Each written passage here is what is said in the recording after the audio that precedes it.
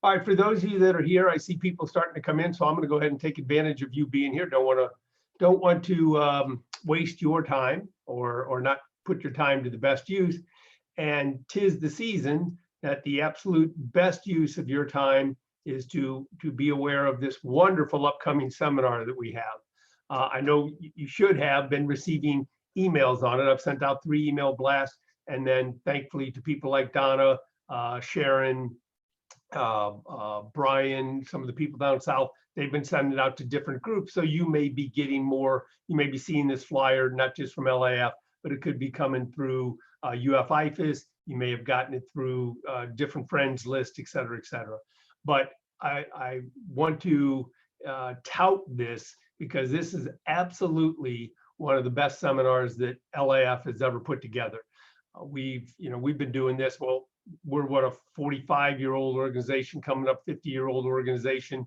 The past 10 years, say, that I've been involved, we have been doing seminars, and we've gone the gamut. We started a little smaller, we ramped up, thank goodness, or through the help of the City of Sunrise allowing us to use their theater.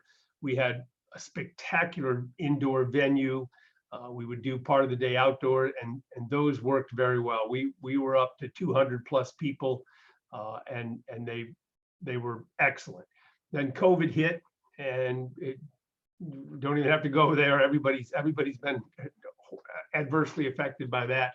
So last year we went to the all Zoom style for the seminar, and I thought it was very successful. Now at the time, Zoom was a little more novel than it's gotten to be, and over the past year, due to the abundance of Zoom style meetings that we're all partaking in, Zoom has kind of lost its luster a little bit. I think a lot of people, we enjoy it. It's nice to be at the comfort of your own home or your own office and able to multitask while you're on these meetings. But one of the biggest things I hear from people is, wow, I really miss that one-on-one contact. I miss seeing Mike in person. I miss seeing other people in person. So this year we are going with a hybrid model, and that's what this shows. And I want to take a minute to go through it before I bring Carrie on as our first speaker. So it's super important, as always, that we put together a good seminar. We offer a good seminar, but then we have people attend, because all the speakers, be they on Zoom or in person, like to know they're presenting to a crowd, especially people like LIAF, where it's a very diverse umbrella group. It's contractors, it's landscape inspectors, it's urban foresters, it's university people. They're just a tremendous amount of really quality, top-notch green industry people that they want to be able to get to. So what I want to show you first is the flyer, again, that hopefully you have gotten. But day one, so if you look from the top, we're going to do this half and half. We're going to do 2 half days. Richard, if that's you moving that mouse, if you don't mind, hold that thing still. I'm following it like there's a fly on the screen. I'm going to swat that thing. Unless you want, if that harms you from admitting people, if you got to admit people, please do. So it's 2 half-day meetings. The first half day will be from 8 a.m. to noon, and that's going to be via Zoom. And then the second day will be live at Flamingo Park here in the City of Sunrise. And we're gonna, we've got that park outdoor setting, so we will have adequate spacing. In addition, they have a large room there, so if it does rain and some of the speakers are going to want to show a little bit of slide presentation, there will be a bit of an indoor component, but we should easily have ample spacing, so it's socially acceptable. If you take a look at the seminar flyer, we're super excited about all our speakers. We do have a keynote speaker this year that I'm really proud of. I found on an obscure podcast. I heard her interviewed and just loved her topic and her presentation and what she was covering. So for about the past year, I've been in conversations with her, email conversations, to be able to invite her to speak. And I invited her to speak at one of these monthly meetings first, and then to the seminar. Her topic has gotten so popular that she just could not fit in both. She said, I can do one or the other, but I wouldn't be able to do both because, again, her presentation and her information is just is so excitable to people that her time is hard to come by. So of course I accepted her for the seminar. So Dr. Valerie Truitt, and she's out of the University of Arizona. She's written the book, she's the history of the world written in tree rings. So dendrochronology, which you don't have to be able to spell, thank God, is her topic. And I won't spoil it because I wouldn't do it justice, but you will absolutely enjoy her presentation. Just things you'd never heard before, I don't believe. So I think you're going to find her very, very exciting. Then some of the people that we have had are going to come on and be able to speak and do an hour-long presentation for us. So Dr. Ryan Klein, who you know is new, and he has actually taken Dr. Gilman's place. So the assistant professor of arboriculture, he's going to do selective training, maintaining trees to survive wind events. And if you remember, that is something that Ed Gilman worked on for a long time. He had the wind machine. He had lots of years of trees grown and trimmed and tested and stressed for different wind events. So Dr. Klein is picking up that history that Ed left and carrying it forward. And that's what he's going to be able to present on, is a number of the years of research that Ed has done. Some of the research has come in over the couple of years that Ed has been gone, and where he's going to go with that research. Then one that I think a lot of people are familiar with, I call him James Urban because that's what his book to me always was, but Jim Urban, author of Up by Roots. If you know him or have heard him speak, you know what a high quality, heavy hitter he is. His book is one of the staples of the industry. It really opened a tremendous amount of eyes. He is actually retired now and is kind of coming back and doing a favor for a mutual friend we have to do this presentation. So it may be one of the waning times that you actually have the opportunity to hear Jim speak, and his knowledge is off the scale. You will definitely enjoy him. If you've heard him before, I guarantee you'll enjoy hearing him again. And if you've not heard him, you're in for a very pleasant surprise. Then the last hour of that day, what I've asked the speakers to do is I've sent them in advance a question, so they're prepared for it, and that is, what do they see as the major trends moving forward in the green industry here in Florida? What are going to be the big hurdles that we have to cross? What are going to be the big positive maybe research or other items that are coming our way to help us? Because you don't have to have been in this industry very long to realize that it's changed dramatically in the past years. It's changing at a faster pace, and it has to even change faster to keep up. South Florida, for those of us that are in the South Florida area, it is such a competition for green area that it's become very difficult for trees, who are the tail of the dog, to have adequate space and to survive out there. Unfortunately, where I see from Sunrise and some of the farther southern places, there almost isn't room for things like oaks anymore. We've gone high rise, the buildings have gotten taller. Well, sky's the limit there. That's okay. When you get into any of these, even the commercial buildings, the floor space is what the owner certainly wants, and then the limited amount of green space that's out there needs to be shared with utilities and easements and things that we can't get a good sized tree in, such that it has made it very difficult for everybody involved in LIAF to find the proper marriage of tree and green space going forward. So that's what this question is supposed to pose to these professionals is, hey, what do you see as the challenges for us moving forward? And what do you see as some of the advantages and things that are coming down the road to help us meet those challenges? I'm anticipating that's going to be from each one of the speakers. I'm anticipating some really good responses from all the speakers on that. There are, of course, CEUs. So LIF is going to give 4 CEUs for that first half day. ISA is giving 3.25 CEUs for that first day. DBPR, which is for the landscape architects, the Department of Business and Professional Regulations, FNGLA, nurseries, and then FDACs, which are for those of us that are certified pest control operators. That is our licensing body. And if you are a certified pest control operator, you realize there are different categories. So the most typical one for our group is lawn and ornamental. So I'm an L&O certified pest control operator. Every year I have to have 4 CEUs to renew that license. Of those 4, 2 have to be in core, and core is a very separate and unique thing. It deals with the label. The label is the law. It deals with those kind of things, not particularly about plants or insects or insecticide interactions. It's the core portions.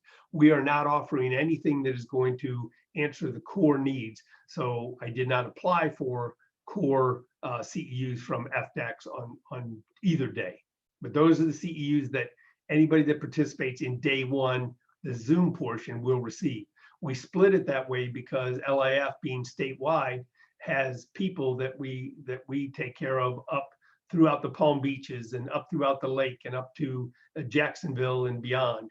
They would not be able to drive down for the second half of the day. So we split it so that if you are only able to attend day 1, the Zoom portion, you would still get those CEUs. So if you look on the sign-up side, you'll see that there's a 1-day rate, half, $40 available for the 1 day. For those of you that are local, I certainly would hope that you're able to make both days, because day 2 will finally bring us back to that live portion where we will be able to see each other face to face, mask to mask, whatever the case happens to be. And we've got, again, some extremely good presentations coming out. You know, the one person that has worked diligently for, wow, the 15 years I've known him or beyond, Mike, I don't know if you're out there or on, but I will brag on you anyway. You know, we're up to, and Donna may be able to tell us, I think we're at like tree trimmer 10 or 11, and those are only every 2 years. So Mike, just in the tree trimmer portion for licensing through Broward County, has been doing this for 10, 20 or 20 years, if it's every other year that he puts out a new program.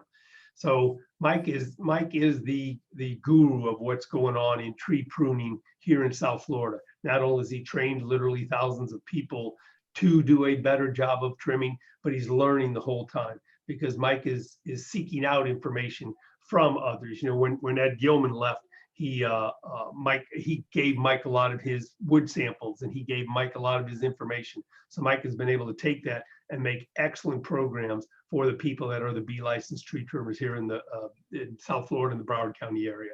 So Mike is going to be the kickoff speaker 8 to 9 live and in person, followed by Lynn Griffith, who, again, Lynn, everybody knows, we've had Lynn speak in the past numerous times. Lynn is the author of several books. I got some back here on my shelf. One thing I tell you, I notice about every time we have Lynn as a guest speaker, even in the seminar when we were having it at the theater here, when Lynn would put a slide up on the big screen, the movie screen, the number of people that would pop up with their cameras and take pictures of Lynn's slides, because there's so much information, so much good information that he knows and knows how to present, that they love it. Lynn is one of our better presenters, one of our best presenters, I should say, and his knowledge is kind of his alone. He has a depth of it that nobody else really does. Followed at 10 to 11 by George Nottingham. You know, we all know George is the owner of Groundworks. Nobody knows specimen palms better than George. You know, Groundworks of West Palm and then Groundworks of Texas as well. George is a standout in his field. When you're talking about high-end palms, the installation of them, the survivability of them, nobody better than George. And George is going to be out in the field. We'll have the palms out there, and George is one of the people that I'm always happy to say, you know, all you have to do is hand George a microphone. The knowledge is there, his desire to share the knowledge is there, and he does just a phenomenal job on it. So, you know, I told him that the title is The Specimen Palms, the Center of an Outstanding Landscape, and he was all in and all ready to go. So we're going to certainly enjoy hearing George. And then the last speaker for that day is a gentleman I have not yet met, but he was good enough to answer and reply via email and say he would love to come down and speak to us. And that's Dr. Michael Dukes. He's also with the University of Florida IFAS up in the Gainesville area. And he is part of the live, so he is going to drive down from Gainesville to be here. And he is an irrigation specialist. So that's one thing I think we have not overly covered by any stretch of the imagination.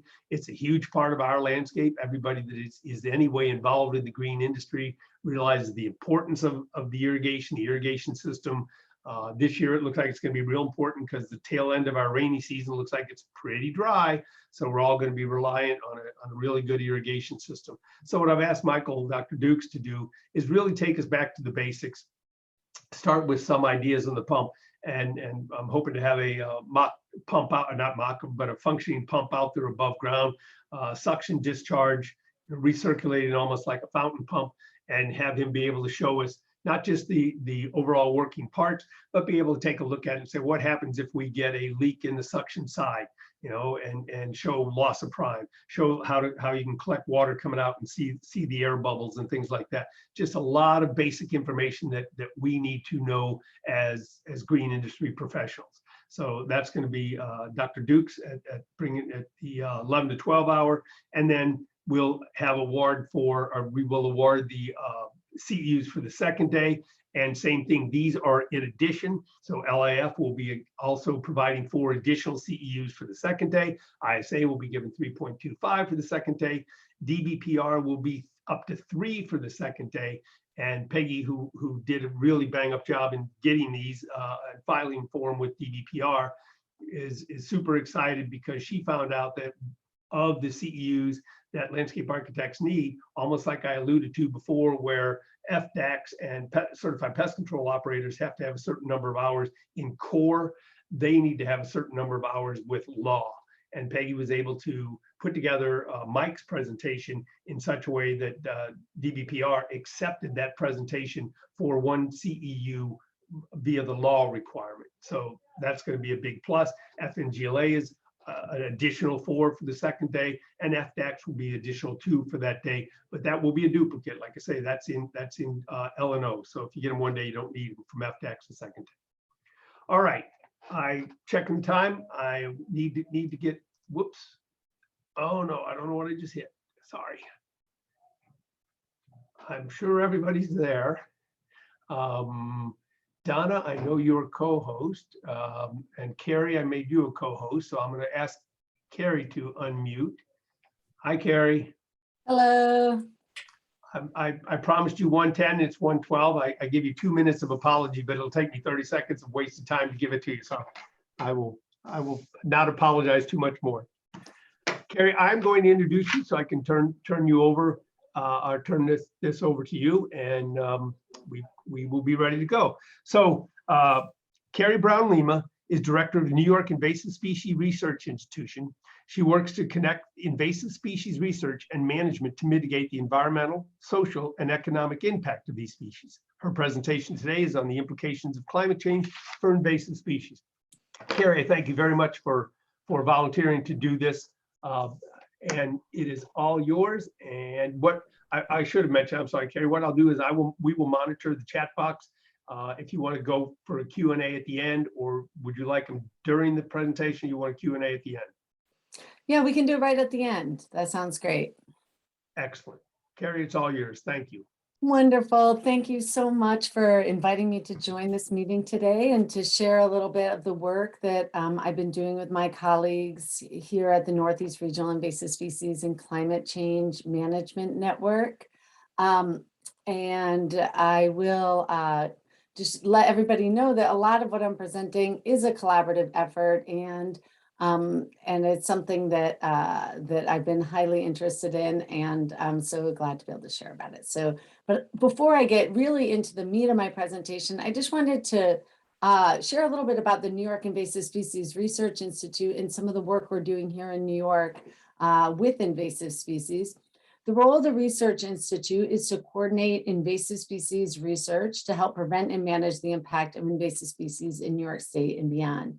And we've been around since 2008, working at the interface of research and management. New York State actually has a fairly comprehensive system, as you also do in Florida, to address invasive species.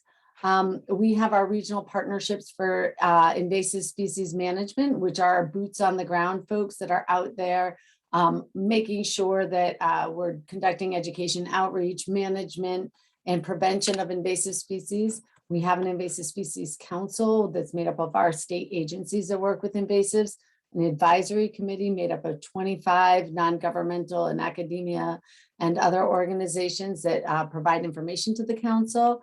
We have our IMAP invasives database, and the Research Institute really works to make sure that all these organizations have the scientific information that they need to make better invasive species management decisions. And also we ask the folks in our network, what do you need to know? What kind of research you need? What are your information gaps?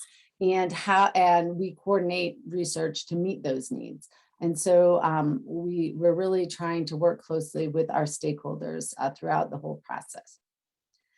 So back in 2016, President Obama made an amendment to the executive order on invasive species. And within this executive order, he really highlighted this importance of incorporating climate change considerations into invasive species decisions. However, at the same time, this network of folks that I just described to you, they were asking us, how can we actually manage for biological invasions in light of climate change? Because there just wasn't enough information out there to guide their decision making. And at the same time, not only are the decision makers out there asking for this information, but the scientists, this paper that just came out this year really highlighted climate change as a top priority area that should be focused on to advance invasion science in light of rapid environmental change. And so we all know this is an important topic to cover, and that we all need to be thinking about this as we are considering invasive species decisions and climate change policy and planning. So today I'm just going to give you kind of a whirlwind tour of climate change impacts and invasive species responses to these climate change impacts. Start providing some initial recommendations on what we should be doing or could start doing to address these combined impacts. And then finally, in the end, talk a little bit about how we can increase knowledge and tools to incorporate climate change considerations into our invasive species management decisions. So there's a lot of indicators out there that really show us that climate change is indeed happening. And what I'm going to highlight here are some of those that are directly related to invasive species. So first of all, we know that CO2 is on the rise. We've been monitoring it for decades, and it's really reached an all-time high right now. We need carbon dioxide in our environment. We need it there. It's an important greenhouse gas so that our world isn't an icebox, but we also can't have too much of it. We have also seen, well, here in the Northeast where I'm located, that our average temperatures are on the rise. And I think that's kind of a consistent pattern throughout the country. And we've also been seeing our seasons are shifting. And so our springs are starting earlier, our winters are starting later. We have just shorter winters all around. And these milder winters, we've had less days with frost. We've had large increases, especially in the west, of these frost-free growing seasons. We've seen our snow melt is melt coming earlier, and we overall have less snow altogether. And our lake ice is not entirely forming, and if it does, it actually melts earlier. Another impact of climate change that we've seen across the country, a lot in the West with these fires and with our hurricanes that you guys are all too familiar with, is that we are truly seeing an increase in frequency and intensity of temperature, precipitation, and extremes, and also extreme weather events. And under these conditions that these changes in the climate are making, the invasive species are actually given a competitive edge. So overall, we all know plants love CO2, they need it to grow. And when there's more CO2, as you can see from this picture series, they actually grow faster. But invasive plants are able to take advantage of the increased CO2 more than native plants are. So even though they all do better, terrestrial invasive plants, for example, have an even larger advantage and grow faster. And not only do they grow faster, but they're harder to control. And this was a really great experiment that Lou Ziska conducted a couple decades ago, looking at the Canada thistle under current CO2 levels, using glyphosate to control it. And then using that same amount of glyphosate under future CO2, you can see the Canada thistle, which is a highly invasive perennial weed. It was not very effective because they're hardier. And I'll loop back to this a little later in my talk. We're also creating new pathways for invasive species to have a direct route into the eastern seaboard through the melting of Arctic sea ice. And the new shipping routes that have come as a result of this. And so we've also, I mentioned, have been having these milder winters. And when we get these warmer springs, earlier warmer springs, invasive species are really able to react to that more quickly.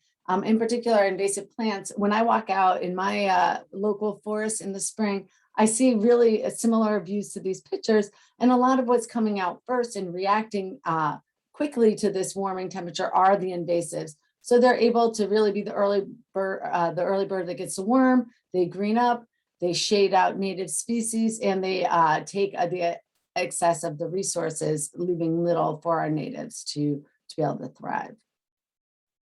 And this just isn't true in terrestrial environments. In our aquatic environments, we're also seeing warming temperatures giving a competitive advantage to invasives.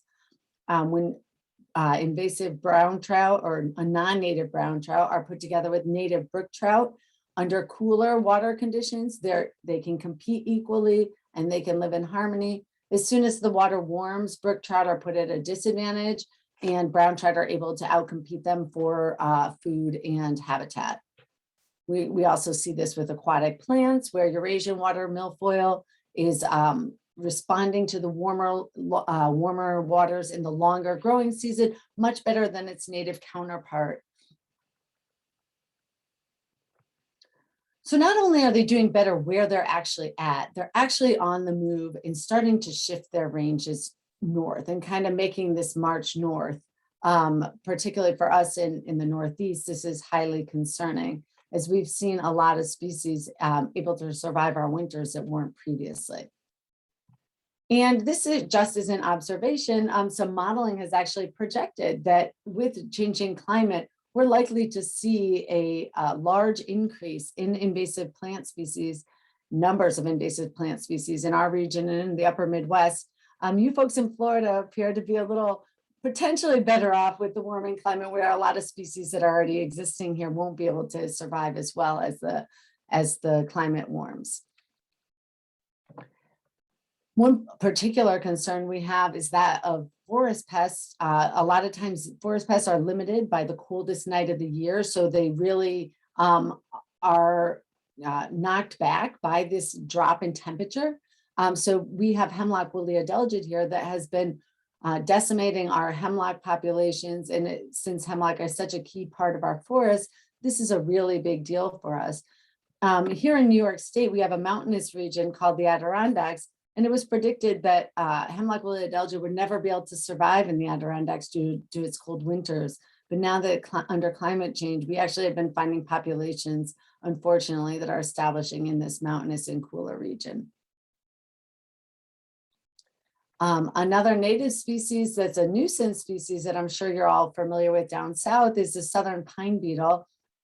It was historically only found in the south, and now we have are seeing the impacts of populations here in Long Island in New York in New Jersey and in other states where it's never was able to survive previously. We're also seeing invasives making the march north in the aquatic habitat, such as Asian clam and water hyacinth. And then I talked a little bit about how our ice cover isn't the same during the winter.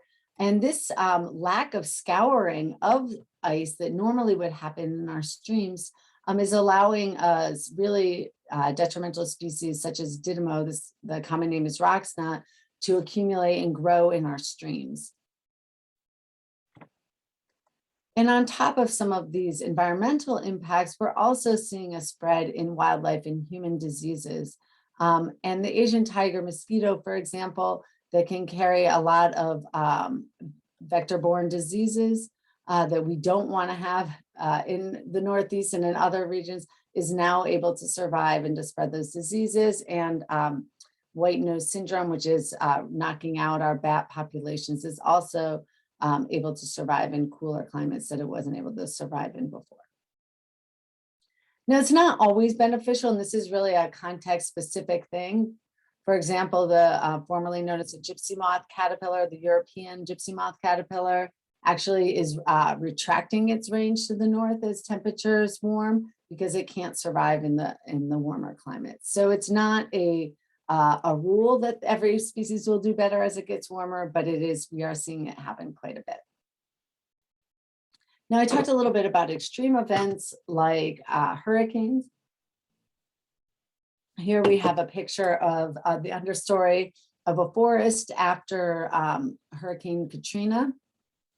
And when we looked at the cover of blackberry, an invasive species, before and then after Katrina, we saw that its populations exploded, and then the native species were not able to recover, and regeneration of the forest was not able to happen. And so this opening up of the forest canopy due to extreme events is a invitation for invasives to take hold. The warmer climates will also have this combined effect with drought and stressing trees and allowing for some of these pests to become more abundant. Gloomy scale is actually a species, a native pest, but Steve Frank and Adam Dale did some really great research on this, and they used cities that are always a couple degrees warmer to simulate climate change, and then they infected some trees with this scale within the warmer climate, and then outside of the city, they did the same thing with a slightly cooler climate, and they saw that the populations were able to explode even under a couple degrees warmer, and that the trees were much more stressed and much more susceptible to them under this increased in this warmer temperature and increased stress. So another issue another thing that we're seeing happen, which is interesting, is that some species that we're calling them sleeper species, they're naturalized species that were already present, and they've just kind of been living alongside the natives and not causing any problems. All of a sudden, when the climate changes a bit, their populations are then released from these limitations, and then they're able to explode and wake up and start causing problems, because oftentimes the climate is really their limiting factor. There's a number of examples of this that have happened in the past. One of them being this acorn barnacle, back in the 50s, was introduced off the coast of UK, and it only became invasive 50 years later after a series of mild winters. We have other species that are suspected, and we should be keeping an eye on as we think that as the climate warms, that they will be released from the cold limitations. And I touched on this a little bit when I was talking about how plants grew better under higher CO2. Reducing the efficacy of our control methods is going to be a really big consideration that we need to keep in mind as we're managing invasive species moving forward, as is this example with the Canada thistle that I mentioned earlier. Another area of control that we use a lot in invasive species is biological control. And this intersection is really being explored right now because with biological control, we're bringing in a native species from the native range of the invasive species, an enemy that will then try to control it. A lot of times invasive species come to a new place where they're introduced, and then they don't have any enemies, and then they are able to explode, their populations are able to explode. So when we bring in these biocontrols, they actually reduce the populations. But these are all very climate sensitive as well. And so we're trying to figure out what the impacts of climate change will have on these biocontrol agents. So it's possible that we'll be decoupling them so that their reproductive cycles aren't matched up, so that there'll be a change in growth rate and then a less effective biocontrol agent, or that the range of the species will shift and they'll no longer be matched up. And so this is something that we'll hopefully have a better understanding in the years to come, but it's really on our radar as a potential issue. And now we talk a lot about how climate change impacts invasive species, but there's another direction that we can take this, in that invasive species are actually reducing our ability to sequester carbon due to forest pests. As forest pests are really wiping out large swaths of forest, we're actually losing this capacity to capture carbon and to store carbon. And this is something that's been getting a lot of attention in the scientific literature right now, because it is a huge issue for us moving forward. And then there's one more complicated issue here that we've been highlighting, because I talked a little bit about how southern pine beetle is actually a native. Well, under climate change, we're seeing a lot of native species start to behave in a more nuisance manner now that they're released from these limitations that come with the cold and with their other limiting factors. And so one thing that we've seen, for example, is the northern flying squirrels. The southern flying squirrel has actually been able to make its way farther north and has been overlapping with northern flying squirrels. And the problem is that the southern flying squirrel actually carries a disease that it's resistant to, but that the northern flying squirrels weren't resistant to. So in fact, by moving its range north, it's actually having negative impacts on the northern flying squirrel populations. And these are all going to be interesting ethical and natural resource management issues that we're going to be dealing with as the climate continues to allow species to shift. So just wrapping up on what are some of the climate changes opportunities for invasive species: increased growth and density of invasives due to higher CO2, hardier invasives that are resistant to treatments, potential reduced effectiveness of biocontrols, earlier green up for invasives and giving them other competitive advantages, northward shifting invasives, increased new establishment of invasives due to increased disturbance, waking up sleeper invasive species, the loss of carbon storage opportunities, facilitating the spread of both wildlife and human diseases, and these neonatives, these native species that become nuisance. So I really like this illustration that was published by Bethany Bradley and some of our collaborators. And you can access this at the Risk Network site, which I'll put up again at the end of my talk. But this is a great overview of some of the interactions. And if you ever need this to share with people, this is a resource that's accessible to everybody.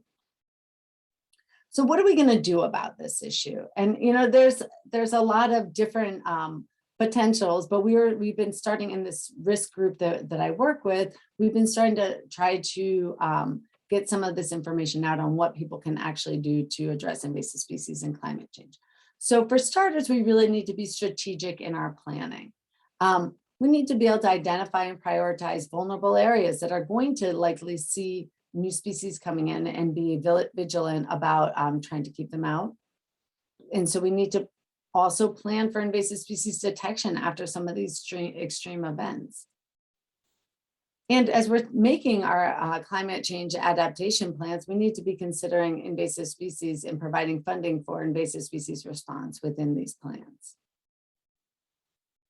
We can also think about preventive management. And one thing that might be really relevant to this group is really planting climate resilient native species by including native species, we reduce the risk of introducing a sleeper species or a species that's likely to become problematic moving forward. And then we can also create watch lists and keep an eye out for some of these range shifting species so that we're aware that they might be arriving and try to control them while their populations are small. So we also are trying to adjust our treatment and control. I mentioned that we have these longer growing seasons, and so we need to think about our treatment schedules might be shifting along with the seasons, and we might need to be prepared to be out in the field earlier to treat or to stay longer or repeat treatments later in the season. And we might need to diversify our treatments a bit now that some species may be becoming more resistant to our treatments. And when we see a species arrive, we need to be ready to treat it right away so that its population doesn't spread and become established. Another area that we can start addressing this issue is through education and outreach. We can all keep up to date on new information and tools to incorporate climate change into invasive species management, like what you guys are doing right now is a great example. And then also, we've been really trying to encourage our neighbors to the south to share some of their management and their information on their invasives with their neighbors to the north as those start becoming problematic. And so really by sharing our knowledge, we can all tackle this problem a little bit better. We need to be thinking about our policies for invasive species. We need to develop policies that consider climate change impacts on invasives. Be proactive on including the regulation of future potential invasive species, even though they might not be within our state borders now. If we know they're likely to arrive, then we can already regulate them and prohibit the use of them in horticulture and other landscaping. We can streamline the process to add new species to the list. And we can also make sure that we continue to advocate for climate change policy and planning to include invasive species. And now I'm going to shift to the third part of our talk that's really focused on how we can actually increase our knowledge and tools to incorporate climate change considerations into invasive species management decisions. So I talked about this executive amendment to the executive order on invasive species. And another thing that was really emphasized in this was that we should be considering the opportunities to apply innovative science and technology to invasive species problems. And that the National Invasive Species Council was promoting innovation as a real important aspect of our invasive species challenges. And they coined the phrase, we can do this through the use of science and technology, we can better address our invasive species problems. And this isn't a new idea. Over 100 years ago, Woodrow Wilson pointed out the fact that researchers and practitioners, those folks on the ground, need to be working together and engaging in the same issues so that science can be effectively applied to management and decision-making. So in the field of invasive species, we've seen an explosion of research. Our research has been on the rise, and we've got a lot of great information out there about invasive species. However, despite all of this information that's out there, there's really still this gap between people who are out managing invasives and the research that's being produced.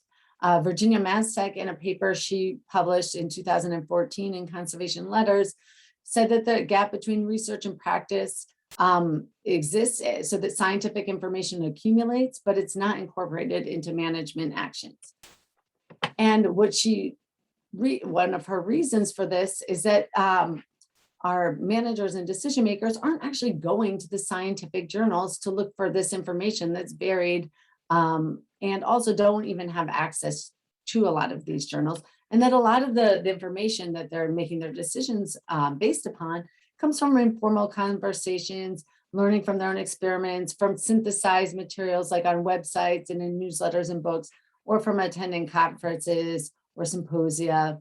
And if we were really to put this to scale, peer-reviewed journals would be not even on the screen because they rank so low in where people got their information from.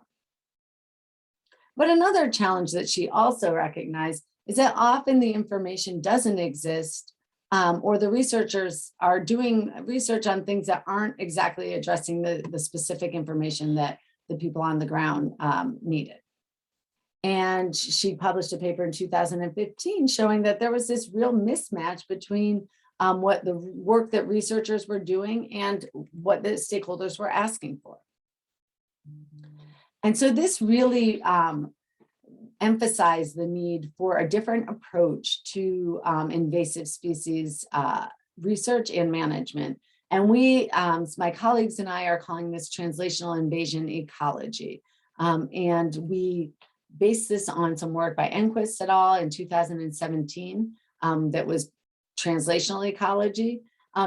And really, it's all based on the idea that it's an approach that embodies an intentional and inclusive process in which researchers, stakeholders, and decision makers collaborate to develop and implement research via joint considerations of the sociological, ecological, economic, and political context of invasive species.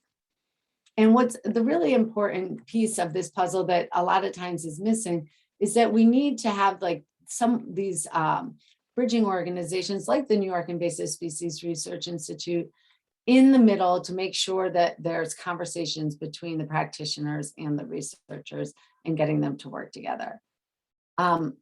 We recently published a paper led by my colleague, Tony Lamorelli, in Biological Invasions that really highlighted the process of translational invasion ecology with folks like you guys, where we start really identifying what the problems are, the stakeholders, and then we go through this process to make sure that that we're all working together and that we're all continually engaged in producing the information that we need and making better decisions.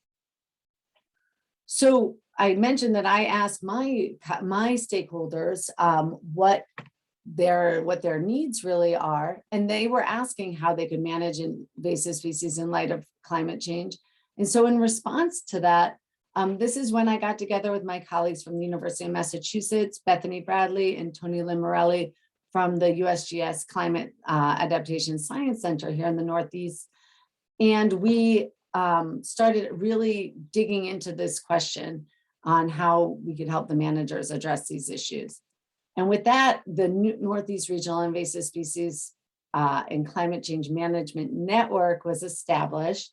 And we aim to reduce the compounding impacts of invasive species and climate change by doing the synthesis of the relevant science, by communicating needs of managers to researchers, building these strong scientist manager communities, and conducting priority research to address the needs. Actually, now we have nearly 600 members of our network, and we have a great group at the University of Massachusetts and here at Cornell that are leading this effort. Right out of the gates, when we established this network, one of our members conducted some research, a survey, talking to all the managers and asking them what kind of information they needed, and also what were the barriers to them incorporating invasive species and climate change into their invasive species management. And what they found, one of the things they found was that lack of information was one of the main barriers to including climate change. And so that we knew that if we started getting information on the topic, we could help people better do their jobs. So we just started going through all the literature and summarizing research and circulating it to our network so that they could have an easily digested bite-sized piece of research without having to scan the journals and try to interpret some complex, often complex research. So we were producing weekly and bi-weekly research summaries.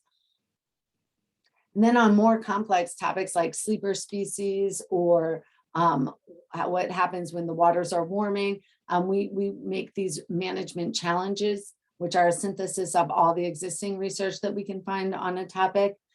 And I just want to point out, I'll put this up at the end again, but all of these information, all these handouts can be accessed at the risknetwork.org website. And then we also tried to capture not only what the researchers were doing, but some of the really valuable information that experienced invasive species managers and policymakers have. And so we ran a workshop at the North American Invasive Species Management Association conference back in 2019 to try to compile some of the experiences and recommendations of managers. And that is, a lot of the recommendations we use today, and we have a management challenge on this, summarizing these recommendations from managers are now actually captured and available for other managers to read about. So much like MasTech, this survey that my colleague Eve Bowery conducted showed that where the managers were actually getting their information and so we were thinking about where we should be putting the information that we were producing. And obviously these one-to-one conversations, meetings and symposia, and then management documents and technical reports and websites and so on were really at the top of the list. So with that in mind, we started coordinating and hosting annual symposia, and then also workshops as well on specific topics so that we can really strengthen our network. We also asked them what were the research needs that they had, what were the areas that they were most interested in.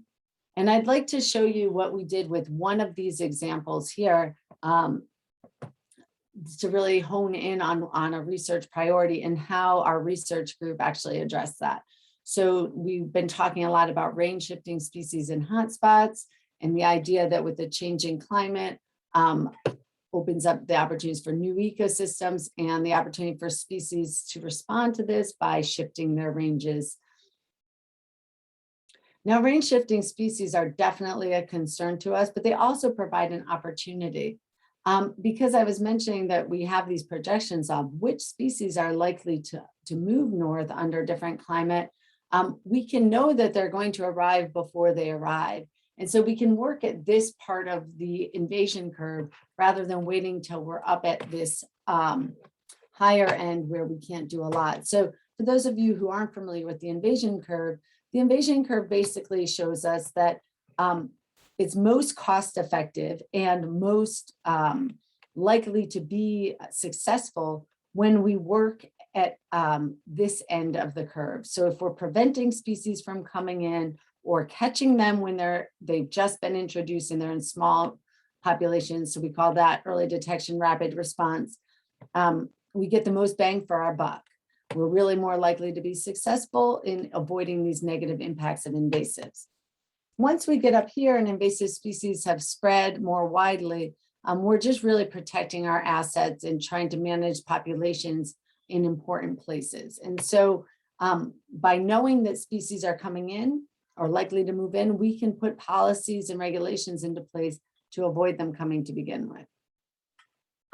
And now, while we're working closely with researchers and we're trying to get this information from them, how's the average manager out there who's trying to make decisions about which invasives are moving in? How are they going to get that information? One of our colleagues, Jenica Allen, took the models that they had developed and put them into a tool in EdMaps. I'm sure many of you are familiar with EdMaps that come out of the University of Georgia. It's a invasive species database. If you're not familiar with it, I encourage you to check it out. And you can also find Jenica's tool there where you can go in and look at your own county and you can see and generate a list of species that are likely to show up in the coming years. And so we can use these range shifting projections to generate state and county lists by using this tool and by downloading it. However, these lists, for example, are really, really long, and sometimes they have up to 100 species. And so we can't always manage or keep a lookout for all of those species. And so another student from our group started using a classification tool, a system, where she went through all this list of species and started ranking them based on their impact, like which are the worst of these species that we really want to make sure we prevent. And then those were the lists that we started bringing to the state agencies. So I just wanted to walk you quickly through this, what ended up happening here in New York. We used Jenica and Bethany's model and the list they produced.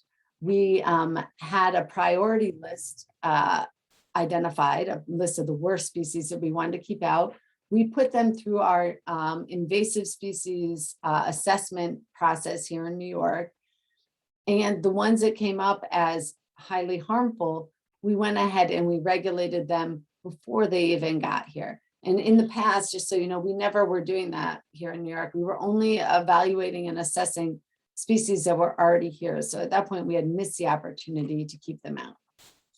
So if you want to learn more about range shifting species and this work, you can either read the original paper that was published in Biological Invasions, or you can get one of our management challenge on it on our website. So we also, the group started realizing that, most states weren't being that proactive. And they might have had like one species that they were regulating proactively, but like New York, most other species also weren't regulating them proactively. And we also realized that we had really different lists even than our neighbors. And we have such small states that are so similar here in the Northeast that almost seems unlikely or silly that we would have such different lists. But then what we've also realized is that a lot of the people that are making the decisions about this list don't even have an opportunity to talk to each other and to work together and to share resources. And so we've been conducting some workshops with our Northeast plant councils to try to get everybody together and make more collective decisions and share information and assessment processes so that we can be more effective in thinking proactively. So that was just an example of some of the work that the Risk Network has been doing. But I'd like to wrap up here because I know I'm getting close to the end of my time.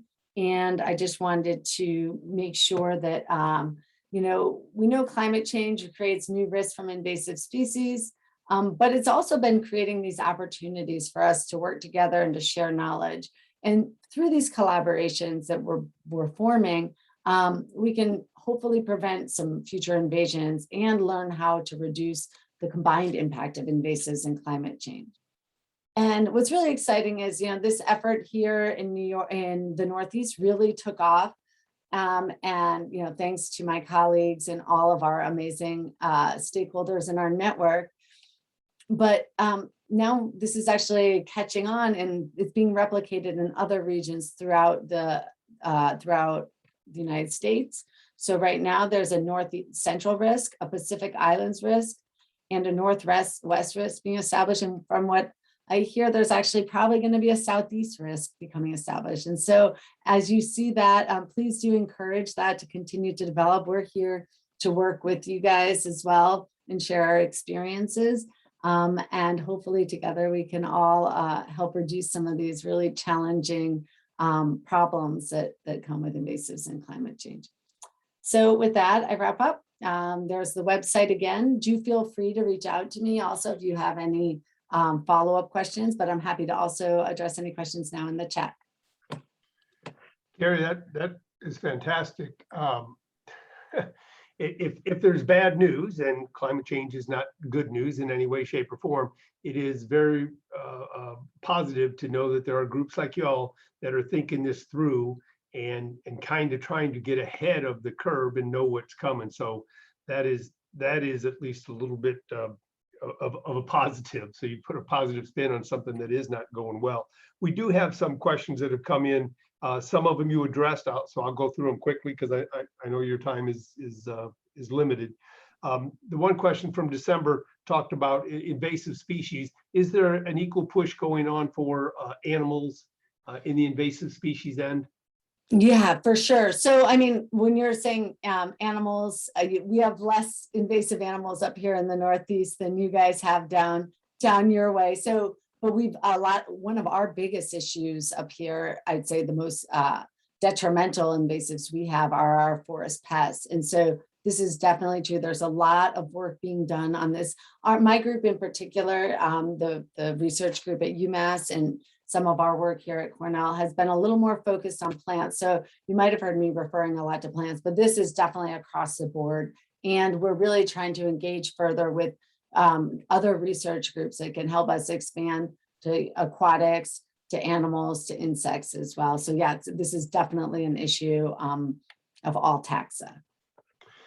And I guess I was playing on December's question too, to think, there's some things, especially larger animals can do, they can move higher up to higher elevations. But at some point you can only go so high on the mountain and you're out of luck. So Yeah. it's going to impact the entire range of animals and plants and everything across the board. It's a definite concern, and I'm just not sure if there are other groups out there proactively working like yours are on larger animals and bigger species. Yeah, I'm sure there's more focus in areas like I know that there's currently a push to develop a Southeast risk. And given all I know about your challenges down in Florida, I could see there being a larger focus for sure on invasive animals. We can send you some pythons and boa constrictors and things, see how they do, because they are really good at establishing in bad areas. And one other one, you alluded to the fact that as the weather warms, some of the species that we've had problems with in the past have been forced out, like the gypsy moth. Are you finding it equal to the, is it a net gain or a wash? Are we losing as many of the bad invasives as you're gaining new ones, or is it kind of like we're just gaining more all the time? Well, I mean, those are based on climate projections, right? So, so if we were thinking just in the climate change context and species that are already here moving, and from that projection that Bethany Bradley and Jenica Allen made, it did look like Florida might fare better in that, some species might not do as well. And those were plant species in their projection in the coming years. But that doesn't account for the fact that we have this constant influx of new invasives, right? So that's a separate issue of new invasives coming in all the time through trade and through other transport methods. And so, it could be that some species do less well, and it looked like you guys might lose some due to climate, but maybe will likely continue to gain unless we really buckle down on our policies for bringing new species in. We do have a specific issue with that in Florida because we get invasive species from the north and from the south, that are hitting here all the time. When Dr. Mannion was with the university down in Dade County, she always said there is a new pest a month that hits in Miami, and I think she's proven right. Some never make it, and some hit the ground running and can go across 2/3 of the state in a 5 to 6 year time and just create havoc in our industry. I've got another question for you from Greg Polidora. He says, Carrie, have you collaborated with, I don't know how to pronounce the acronym, but ECISMA in Florida, which is the Everglades Cooperative on Invasive Species Management Area? I have I've given a couple of talks in Florida to the Exotic Species Council, and also to the SISMAs down there. I gave one this year, and I gave one a year and a half ago too. So I do interact with them. I do interact with researchers at UF quite frequently as well. But I haven't specifically worked with that group. So I'd be happy to talk with them and share some of this information if you think it'd be useful. Well, we will pass your name on if you don't mind. We'd like to stay on top of this, and I think you've given some real good ideas. If some of the people that we represent in LIAF are the boots on the ground, and they're out there seeing these things, and that's where it's nice to have a researcher via the university or via the extension service, but that's just a limited amount of people. The LIAF, and then when you get into the companies that are out there, literally represent hundreds or thousands of employees, that if we could have them just keeping an eye out like we do for a couple individual termites we have down here. It's the best way for us to be able to get information to you all and to the people that can turn around and help us get rid of those kind of problems. So I think that's a really good idea that you've come up with. Oh, thanks. Well, if anyone thinks of questions afterwards, I'll put my email in the chat here. You're welcome to reach out to me. Please do sign up for our listserv. We do put out a lot of information that's not just for the Northeast. And we're also going to start hosting some of the other risks that are being formed through our website as well. And so stay tuned for that. Hopefully we'll see a Southeast one crop up there soon enough. So yeah, I'll just put my contact info here. And I really thank you all for inviting me. It's always great to come talk to a different audience than I usually do. So yeah, I'm glad to have this opportunity. Carrie, thank you very much. Have a great rest of your day. Stay warm for the winter. Right. Thanks so much. Take care now. Have a good day. All right, to everyone else that is still here, please stay. We've got a lot more education coming your way. Up next in a minute, I know, Michael, you are out there, so I'll have to find you and identify you. While I do scour through for that, Richard Secor, if you are available to please put up the, sorry, Don, I'm going to walk right on top of you there. Richard, would you put up the seminar flyer again while I find Mike? Stephen, not Stephen, William, I'm out here. I'm just was not able to be seen because it said the host had blocked my video. I don't need to be seen. I guess I'll just talk. Well, Michael, if you look at the screen, I've got your smiling face up there.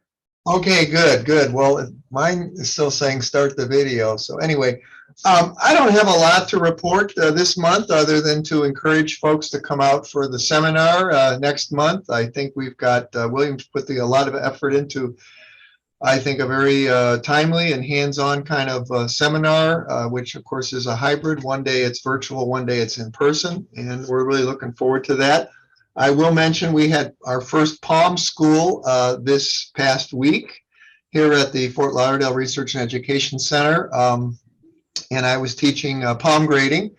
You all should know that the grades and standards are being revised as we speak. We're in a comment period right now, and I believe that ends December 11th. So if you would like to take a look at what the committee, and I'm not on it, but what the committee is proposing for changes to grades and standards for grading hardwood trees as well as palms, please come out of the woodwork, make yourself known, and we'll see if we can get you a copy of the proposed revision, which has some significant changes in it. And as I mentioned, we're in the comment period now, so speak now or forever hold your peace, as they say. And Donna will be coming on shortly. We just wrapped up a Spanish tree trimming class, so I've been kind of tied up with that in another meeting today. But that's pretty much it. We hope to see as many of you guys at seminar next month. So thank you very much, William. Yep, thank you, Mike. And you're going to be one of our speakers, so we certainly appreciate that. And Mike, you may not have been on when I was telling everybody before. Peggy applied for all the CEUs through for landscape architects, and she was able to get your presentation particularly approved as a CEU that qualifies as a law. I look at it as like FDAX in the core. So the good news is yours is not just an average DBPR, but it's going to be one that every LA has to have, and that's under the law. And Fantastic. I think that's Thank going to be a big plus. Good to know. Yeah. Mike, I was also asking, how many years, what tree trim are you on now? 11, 10? No, we're in tree trimmer 9. So it's we actually, I think we missed a year or two when I went to Davie, but then I came back and kind of picked it up again. So we'll be coming out with tree trimmer 10 next spring, assuming everything is still a go. So we're looking forward to that. I haven't even begun to fathom what we're going to discuss. So if you've got insights or suggestions as to what you might like to see in an advanced class, please let me know, and we will go from there. So for those of you that are out there, I know everybody's familiar not just with Mike and what the University of Florida and IFAS does, but in particular the tree trimming program. There are individuals.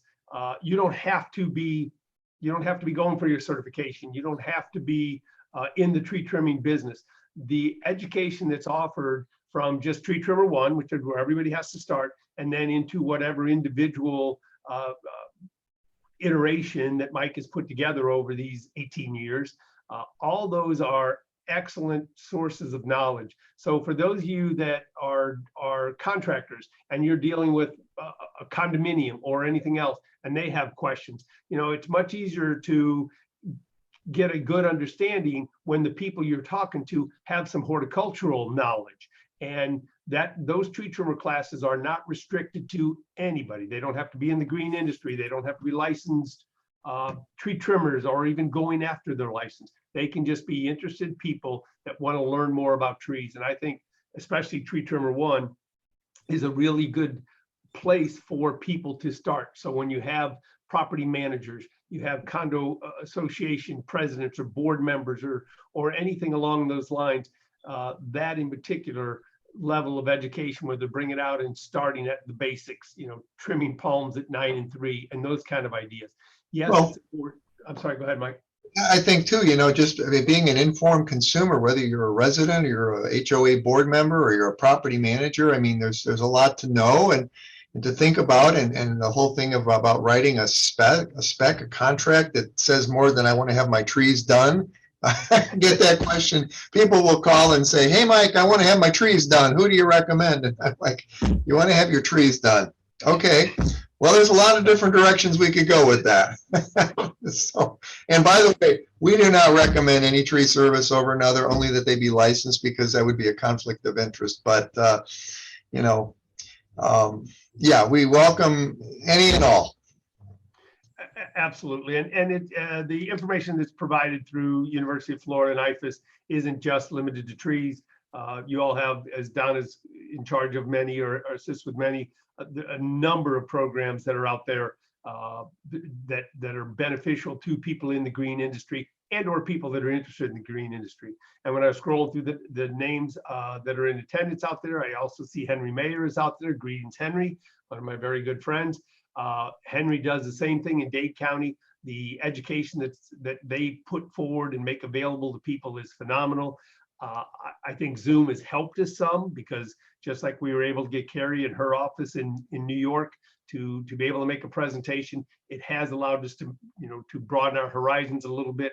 I know, again, we're all anxious to get back out and see each other in person, but when we have places like IFAS and the abilities and the meetings, the quantity of education that they're putting on, we have to encourage everybody out there to keep in touch. Donna has a newsletter that go out. Henry, I don't know if you have an equivalence newsletter, but we can put the links up on the website. It's the fastest way to find out when things are out there, and when you have time, attend and become more educated. So we strongly encourage that. We thank both Henry, Mike, and Donna, you as well. Thank you, William. No problem. Okay, I see a bunch of things in the chat, so I would tell you all take a look in the chat, because they're put out there to everyone. So they're different links and etc., so that you can gain some more information. We may not be sitting side by side and able to lean over and talk to somebody, but you still can via the chat put some information out there, and of course we kind of welcome that. I am very glad that, since we don't have quite the cumbersomeness of being in person sometimes, that we've been able to go to 2 speakers for every one of these monthly meetings. I was super happy when Carrie was able to talk with us. That was a big find. I think back to what we were talking about, you are gonna see very similar things at the seminar. I'm gonna tout it again at the end once Don is done. But I ask you all, take a look at that seminar list. Please get registered. I know that sometimes, especially those of you that are municipal employees, if the municipality does not trust PayPal, or for whatever reason doesn't have a P card, and they're going to try and pay by check, that is a slow thing. It's slow to generate a check. It's slow to mail the check, et cetera, et cetera. If you work for a municipality and you have people that would benefit or want to attend, please don't let the lack of a check stop you all from attending. Contact me. I'll put you in contact with Diana, and we will make it work. We're inclusive. Our goal is to have people at this seminar, and we will make sure that somehow we know the check's coming, that we are able to get you the link and get you involved. So we would like people to attend.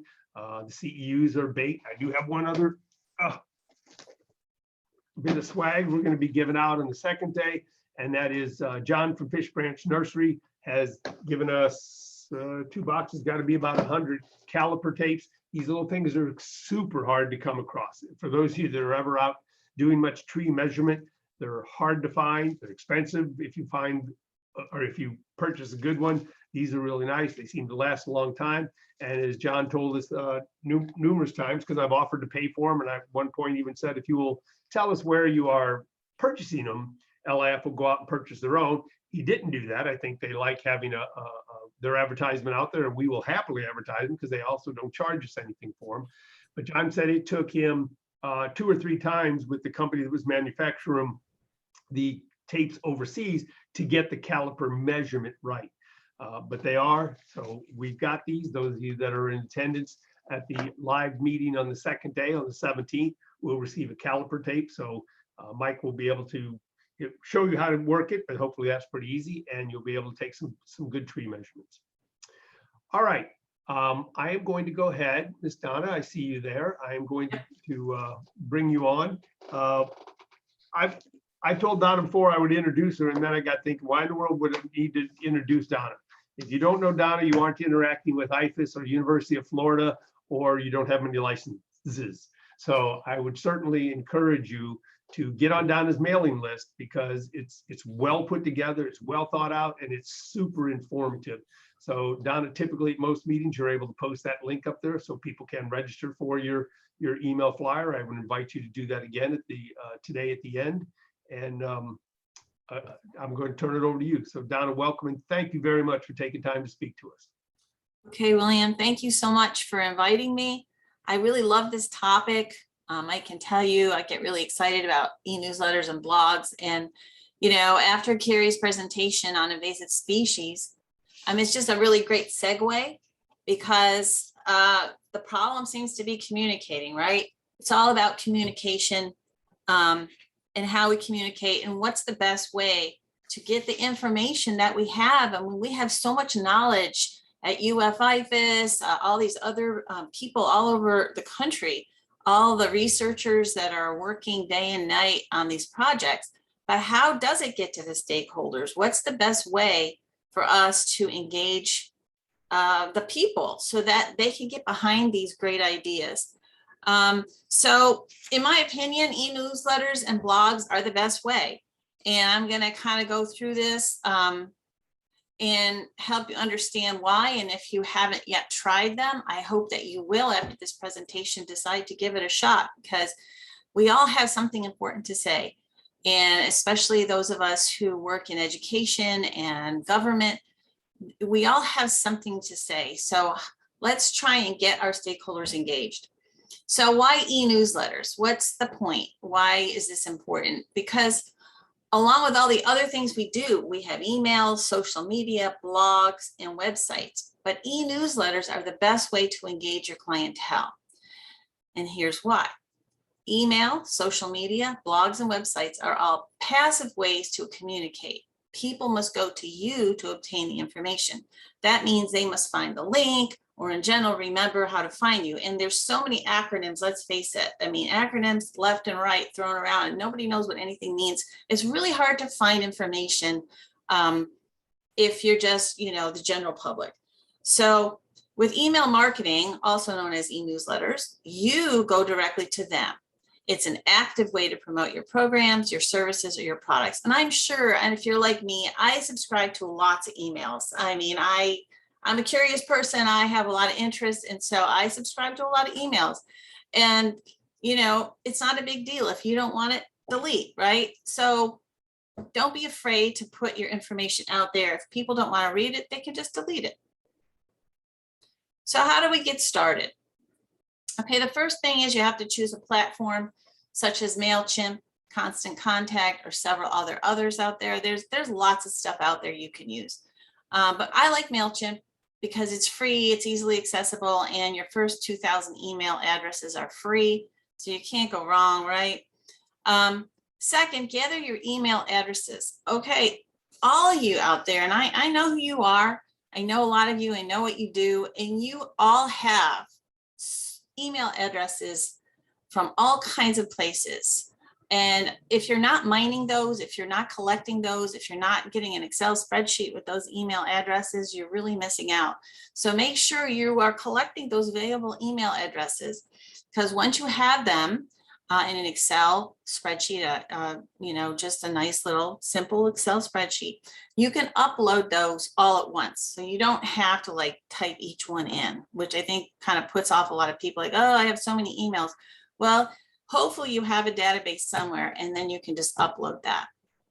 And then of course you have to design your newsletter. To me, this is the fun part. I know a lot of people don't like to write. They're not creative in that way. So maybe they could get someone to help them, but you can really keep it simple. You don't have to be fancy. And a lot of these platforms will actually provide you with templates. So it's not, you know, that's not an excuse, because the templates are out there if you don't want to make your own.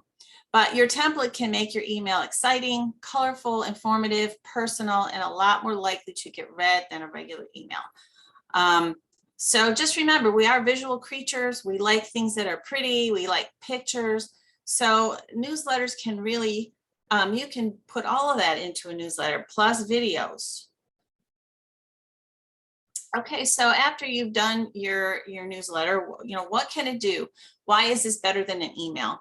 And the main reason I like it, for a lot of other reasons, but one of the main reasons is MailChimp or any other platform that you choose can track the data for you. It'll tell you how many people opened your email, who opened your email, how many times they opened your email, what time they opened. I mean, the data that's out there is mind-boggling. If you have links in the newsletter, it will track which links were opened and how many times and by whom. This is an important feature because, you know, when you put things in your newsletter, you wonder, well, what were people most interested in? So this is helpful because obviously what people click on the links, that tells you they were interested in that. So that's a really important feature that you don't get when you send out a regular email. It also will save all your newsletters in an archive that you can always access. And you can always use that link for your website. And I think this is one of the best features of having a newsletter on one of these platforms, because you can create a link that will take them to the most recent newsletter that you've created. So the latest one will always show up. And this saves a lot of time and keeps your website up to date with all your latest events, your promotions, and important information that is relevant to your readers. Before we had the newsletter, I used to have to go into the website and change it all the time. It was very time consuming. A lot of times you forget to do it. You know, people go to your website, it's not up to date. And I think everybody that has a website knows that it's a challenge to keep your website up to date. It's a lot of work, but by creating a newsletter and just pushing it out there, you're kind of bypassing them having to go to your website to find information, because you're going to put all the most important and relevant stuff on that newsletter that, you know, they'll have at their fingertips. These are some examples of ones that that we put together. You can see, you can put your logos on them. You can put, you know, your upcoming events. Mike and I always try to include something that's informative, an article, a blog that we've done, or something else that we think is relevant to our readers. So know who your readers are and know what they're interested in. That's important. The thing that I've been doing recently that has really helped me out a lot, and I should have thought of this earlier, but put your most used reference links on each newsletter, so that even if someone's getting the newsletter and maybe there's not anything that they're that interested in that month, but maybe they forgot how to reach FDAX or how to get a voucher to make an appointment for their exam, or how to apply for the GIBMP. You know, maybe they forgot where to find that information, but they say, hey, I remember that their newsletter will have that on it.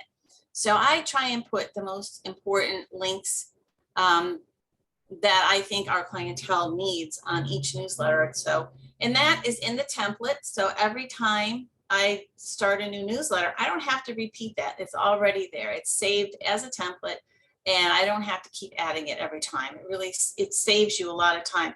Making a newsletter is not time consuming once you get past the initial setting up your template and some of these links. And then it's just, you just go to your template and you start creating, and it's really not hard. Here's some of the data that they will also provide, and this is really helpful in reporting. Statistics and numbers are always readily available. So here it says, you know, I sent out 1,863 emails, and of those, 518 actually opened them. That's pretty good. And then 156 people actually clicked on one of the links, 20 bounced, 3 unsubscribed. And, you know, that's normal. Some people unsubscribe, and that's cool. Hey, we all unsubscribe from newsletters we're not interested in anymore, and that's perfectly fine. You shouldn't be insulted by that. If you're getting a lot of them, yeah, you might want to say, uh-oh, what am I doing wrong? But, and the nice thing about the e-newsletter platforms too, is that they will fix any glitchy emails. You know how sometimes if you send an email from your email program and you have a glitchy email, it's going to hold up all of it, and it can be very cumbersome. So this eliminates all that. This is another little thing that they provide you with, which kind of tells you like when people open it. And one thing I find that's interesting is that most people, if you look at this graph, most people are opening them almost as soon as they get them. They're like, oh, new email, let me look at it. And I think that's interesting because then you can kind of target when you're sending it. So if you're sending it, you know, in the middle of the night, or if you're sending it late in the day, or, you know, sometime where they're actually not at their desk, especially if it's for business reasons, you know, your email might get kind of like lost with all the other emails that they're going to see. So, I mean, I've found that it's nice to send the emails during the day, around lunchtime or the afternoon, where people have a little break from the day. They're like, oh, look, a new email from IFAS. Wonder what they're doing. So, you know, think about that. And then here it tells you, you know, what they're clicking on. And you can see the majority of the people, 149, clicked on Eventbrite because they want to know when the tree trimmer classes are, or when the next GABMP class is. And that's important information for us, because that lets us know that this is what people are looking for. And then they have this really nice feature that I like. It's to add a subscriber as it occurs. So, you know, you go through your day, you know, maybe you met somebody new, maybe you know, somebody came in and you got their card and you have an email, and you know, you may want to add that person as a subscriber. You know, you can ask them, hey, you know, would you like to get our newsletter? And they'll say, yeah, sure. And so you'll just go ahead and type in their email address and add it in. And that's a good way to keep up with it, because, you know, a lot of times we miss communicating with people because we don't have their email address. So make sure you meet somebody new, or you think that a certain person would benefit from the information that you have, make sure you ask them if they want to get your newsletter and get their email address. And then bookmark this page on your browser, so that, you know, when you find somebody, it's really easy to just click on this page and add them. So what are some other fun things that a newsletter can do? Well, it can also integrate with social media. If you have a Facebook page, a Twitter account, or Eventbrite, you can go ahead, they'll give you a link that you can post to any of the social media outlets. MailChimp actually has gotten so sophisticated, they'll even let you send a survey through the website if you want to take a survey about something. You can also just pull it out and send it separately in an email. You can add sign-up forms to put on your website, your blog, or social media. On our Facebook page, which is @ComWort Broward, if you're on Facebook. If you go to our Facebook page, you'll see a sign-up form if you want to be added to our newsletter. And, you know, you can be really creative and have fun, you know, with logos and color, design, images, video. The possibilities are really endless. And, you know, when you have something important to say or talk about, you know, this is the best way to get that information out there, you know, like, you know, the topic of invasive species, you know. Newsletters will be really helpful in getting that information out to the public. Hey, Donna, excuse me, sorry for Yeah. interrupting. No problem. The voice from beyond out here. Donna, I'm getting several people asking if there is a PowerPoint you're wanting to share. I thought I did share it. Nope, we're watching you Oh do a my wonderful gosh. Well, presentation. and you're telling me that now. Well, Okay. I didn't want to interrupt. No, I shared it and it said it shared. So I don't know if Richard has me on share or not. I shared it and I guess I got unshared. Okay. Hold on. You're co-host, so you should be able to do whatever you want. I did, and it was all Oh, this is shared. looking good. You got it now? Look at that. Yes, ma'am. Ah, Thank all you. right. Well, I'll flip through these really quick. Yeah, if Isn't wanna it, you go- know what, it's not really that many pictures. Like, this is all stuff I told you, talked about. Here's some of the newsletters that we did. You can see it now, right? Yes? Yes, you can. And go ahead, Okay. go back. You'll make it. I mean, you. No, there's Time nothing to odd. say. It's just stuff that I talked about that you heard me say. It's not a big, nothing important. But here's what some of them look like. Like I was saying, they can be very visual. You know, if you have photos, man, people love pictures. So don't be afraid to put pictures on there. I talked about putting your reference links on there. So here's what you could see what that looks like. And those of you that have gotten our newsletters, you know, I always have it at the bottom. And this is what some of their reports look like, where it tells you how many were opened. This is how many I sent. This is how many people opened them. Okay, and this is the little graph about when people open the newsletters. So you can see they open them pretty quickly. Like within an hour, most people have opened it, which is it's pretty interesting. People do live with their phones, right? And then it tells you what they've clicked on. So it really gives you valuable information for tailoring things for the next one. Like, well, okay, they didn't bite on this, so maybe I'll try it this way. It just helps you to be able to tailor things for your program a little better. And then there's the little place where you can add your subscribers. And I talked about the fun things you can do, like adding them to your social media, creating surveys, and just really be creative. You know, I mean, everybody has a little creativity in them. You know, a lot of people say, oh, I can't write, I'm not creative. Well, like I said, they'll give you templates that are very pretty and very attractive. So you don't even have to be that creative. You know, and as far as the writing goes, if you need help with it, you can always ask for help. And, you know, one thing I should say is it's always good to send it to someone to read before you publish, because a lot of times you might have little typos or things don't work. And it's always good to have extra eyes. So don't be afraid to ask other people to edit for you. Okay, this is where I was. So I don't know how many people are using Eventbrite, but I think a lot of you out there are. And one little feature I just discovered that is kind of like another little newsletter is up here at the tab at the top where it says marketing. I don't know if you can see my little arrow, but you click on that little marketing tab and then you get this little page and it says send an email campaign. You click on that and it'll actually let you upload all of your MailChimp contacts into Eventbrite, as well as anyone that's ever purchased from you. They'll create a list, and down here you can see some of the ones I sent out through Eventbrite.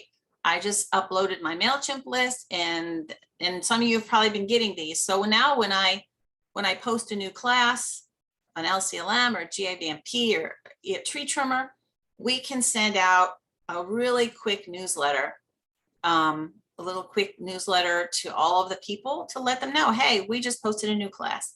And sometimes, you know, that is all people really want to know. It's like, oh yeah, I've been waiting to see when your next tree trimmer class is. So if you're using Eventbrite, check out this marketing tab up at the top. It's very, very handy. All right, in summary, e-newsletters are a professional and effective way to communicate with your clientele. There's no waiting for them to find you. you know where they are. Going to them directly greatly improves your chances of their engagement. So have fun with it, give it a try. It's free and it really does work. And a little case in point is we just had Palm School across the street at the Fort Lauderdale Research and Education Center. And a lot of the struggle was that without a way to push the information to people's emails, it's hard.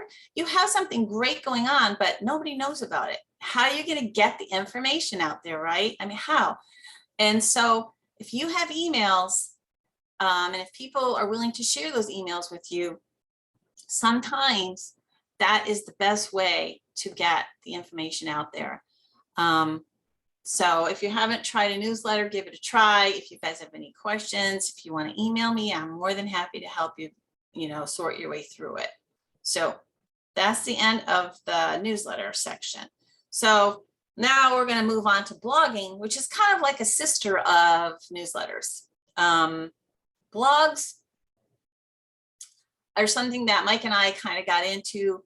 Mike is required to do a certain amount, and in me helping him with that along the way, I ended up being able to blog myself. And so both of us have been blogging, and we're finding out that blogging is really a good way to get the information out there as well. So why blog? Well, first of all, we all have something to say. All of you sitting out there, I know you guys are professionals. You guys have a lot of knowledge. You have stories, you have expertise, you have ideas, and you have skills. So, we need to share that, right? We need to share the knowledge. Think of blogging as modern day storytelling. Okay, the problem is attention spans have gotten shorter and there's a lot of competition for that attention, but someone is getting the attention. So why not you?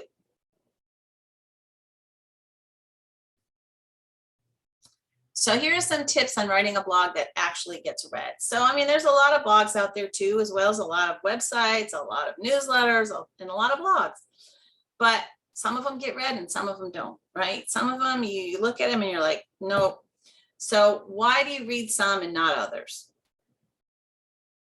Okay, here are a few blogging BMPs.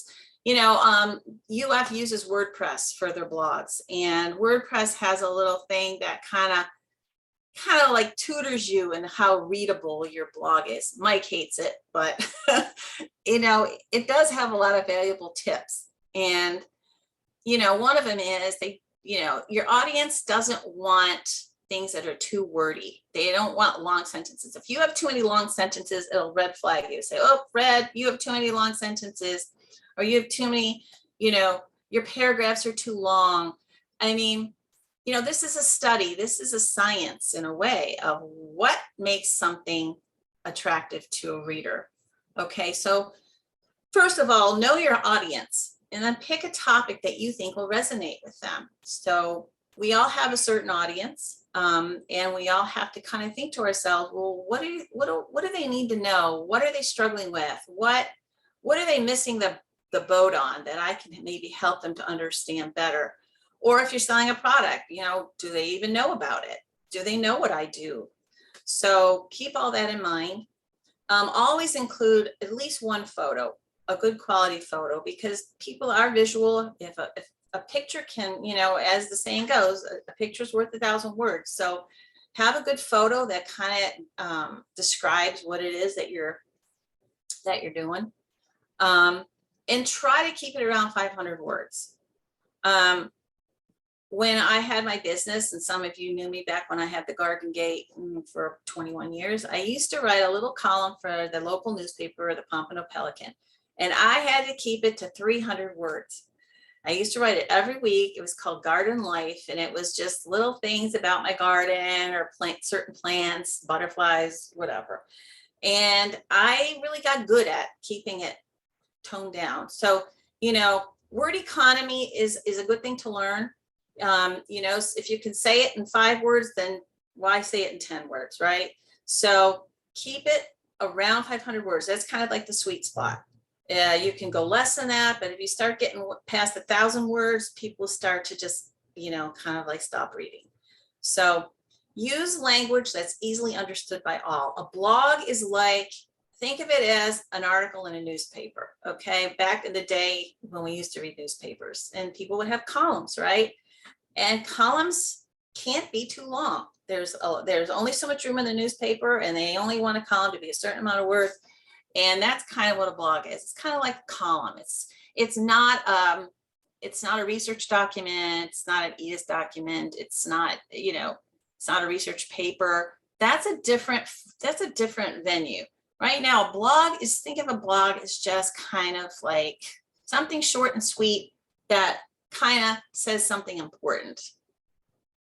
What a good blog can do, just like a good story, a good blog can teach and inspire your reader at the same time. So that's kind of the goal. I like that picture because it just kind of gives you a feeling, right? It's like, you don't have to say much about that because you kind of know, right, what it is that's happening there. Somebody's feeling refreshed, somebody's happy. So a good blog is going to kind of get the point across in a very simple way. It's going to teach something, but it's going to inspire someone to want to do something about it. So take the invasive species topic that we just had. It's like, you know, somebody can write something about that and it's going to inspire someone to say, hey, I'm going to be more on the lookout for this. And if they haven't, maybe invasive species in their yards, they're going to pull them out. You know, writing is a talent, yes, but we can all keep it simple and teach and inspire at the same time. A good blog is like eating broccoli without even knowing it. So that's what makes it a good blog. You know, when you read someone's blog, you want it to be engaged. You want it to go quick. You want to kind of like, you know, it's like having dessert, I guess, is what it's mostly like. But it's good for you, dessert. Okay. So practice word economy and keep it simple. And the bottom line, a good blog gets read. Blogging really is fun. This is a blog that I did, and this happens to be my most popular blog, which it really surprised me. It's really funny. You know, you write things and you think they're going to be, people are going to want to read them, and then they don't. And then the ones you just think are just something random, they loved. This blog actually put me in the top spot in our office. The second most popular blog was about eating iguanas. So, but write about what you know and what you love, and it will resonate with your audience. And, you know, I love orchids. I've grown them for a lot of years. And this is an article about growing orchids on trees. And almost every month I get a comment on it. So people are still reading it, which is quite amazing to me. But see, that's the thing about the blogosphere. You never know who's reading things. So after you write your blog, then you have to promote it. Remember, everything is about promotion. You know, we can have a lot of great information and a lot of great stuff, but if we're not promoting it, no one's going to know. So what's the best way to promote your blog? Well, obviously through your website, if you have one, through your newsletter, if you have one, through your social media. It's really easy to get your link and post it into your social media account. In Eventbrite, you can put it in your descriptions and your online pages, and obviously in emails. But you know what? Promote it every chance you get. So check out the UF IFAS blogs. This is the link, UF IFAS blogs. This will give you all the blogs written throughout UF, and every day you can sign up to have them in your inbox. And I love it because every day I get to read the blogs from everybody in the whole state that's writing blogs. And some of them are really interesting, some of them not. Some of them, they're not going to interest you, but you can also choose the category that you are interested in. I just like to read them all. So you can go to the blog directory, choose your county, you can browse by category or author, and you can subscribe to get the latest of interest to you daily. And that's the end of my presentation. Is anybody has any questions? Just chime in. Oh, you know what? I actually have a little poll. Is everybody there? So quiet. Yes, Donna, everybody is here. Okay, let me see if I can find my little poll. And I say, when you're ready, I've been compiling some of the questions that are being are going to be asked of you. So So I'm gonna stop share because I guess it's not coming up because I'm screen sharing. More. Maybe we're not allowed to do poll questions in this format. I thought I checked that box today when I was setting this up. I allowed either the poll question or the We're not paying for that version of Zoom right now, so we Oh, cannot do. okay. Oh, we can't do poll. Okay, it's no big deal. I guess my main question was, if you're not yet doing a newsletter or a blog, would this presentation have encouraged you to try it?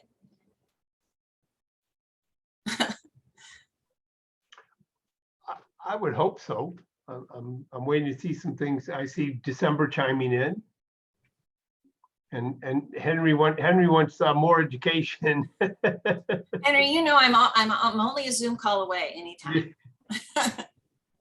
And just to throw a quick plug for landscape inspectors, and since it's our seminar, if anybody wants to write articles that we could put up on the landscape inspector site in the blog, that would be great. We're more than happy to work on making it so that you can put up some drafts and we can review them and publish them.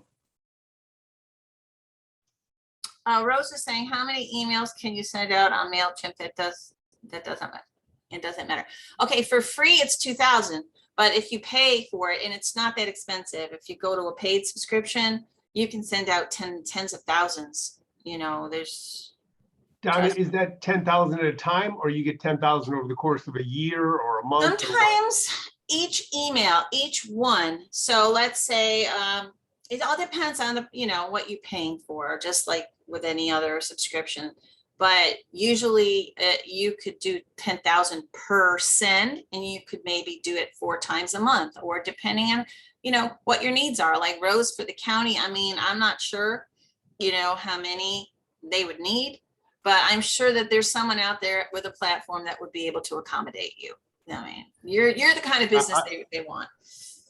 If I could just chime in real quick, if it's for the county or some other government agency is doing it, I would suggest contacting your technology department and see if they already have something in place you can utilize, instead of going to try to create an account somewhere or pay for something that you might not have to. Do they not get answered if there are too many? Does it go to spam? Well, let me play off that. I see where Rose is going, because I run into this. The email blast that I send out every month for these monthly meetings, they go to 500 people. Same, just like you're saying, we collect business cards or email addresses. Anybody says, hey, let me know, keep me posted. And I rarely delete them because it's just an email or meeting notice. I let it go. What I'm finding that seems to happen, I get a lot of email bounces, especially from the county and some of the bigger cities. And I'm wondering if they, because I know the city of Sunrise has gotten super sensitive about emails and what gets opened up, and they're definitely afraid of viruses and such. Oh yeah, well, yeah, that's different. They probably have some type of firewall, right, Richard? Isn't that what they designed that into it? But it's funny because when I did the last GIBMP class, one of the managers of one of the cities sent 5 guys, and they all had the city emails. When I sent them their stuff, it did bounce and it came back, but his didn't. So I guess they can turn them on and turn them off depending on who the person is. It actually makes no sense to me that they're blocking as much, and the things that they are. They could definitely put in place things to say, hey, is there a virus attached to this? Okay, junk, throw it into trash. Oh, do I think this is spam? Put it in a spam folder. Instead of blocking stuff, I can only imagine the number of citizens trying to email government agencies that are unable to contact them because of how horrible the blocking is. And I'm amazed. It's always good to get a personal email too, for that reason. Like if it's a business email address, sometimes you don't know if they're going to get it, but you see, I only had 20 bounce out of 1,800. That's not bad. Yeah, MailChimp and Constant Contact are the best 2 to go to. One of the reasons why, and again, I don't know what everybody knows, I hate to interrupt you. No, that's fine. Go for it. One of the great thing about those 2 is they've been in the game for a very long time, and they have set themselves up as very reputable. Yeah. They, like, if you said to them tomorrow, I got 10,000 people on a list, they're going to want to review it first. They're going to want you to show that these people actually Right. said part of the Said list. okay. Yeah. They will put you through the ringer, and there's a good chance they will tell you no, go somewhere else. Right. Because- Yeah. Yeah. So if anybody could get you in an inbox where you have a big list, they're going to be able to do it. That said, you just got to do it right. Yeah. Because you have to be careful. Right. You can't just like steal people's email lists, and that's what they're trying to avoid. So yeah, it has to be your stuff. Or, you know, people that you know are going to want to hear from you, and you can try it. And like I said, you know, they can report you as spam, but that very rarely happens unless it's something really objectionable, which hopefully no one in this group would ever send. So. Yeah, one of the things that are, like, especially in the case of what this organization and the other organizations are about, is you guys are less likely to have that issue because you already know these people are interested. So Right. nobody's. It's more when you start getting to the commercial side and the for-profit side that becomes a nightmare and a half. Yeah. Yes, the Bee Club definitely needs a newsletter. I see that from Richard Field. And so, yeah. But anyway, thanks for letting me share that. I just hope that you guys will try it. And if anybody needs any help, I'll put my email in the chat. I am more than happy to hold your hand a little bit. Because it's super useful. Donna, let me back you up if you don't mind. You've got a second to answer another question? Sure, yeah. Okay, some of us who shall remain nameless, and I'm not going to turn my video on either, so you don't know who is talking. I need to go back to square one or basics.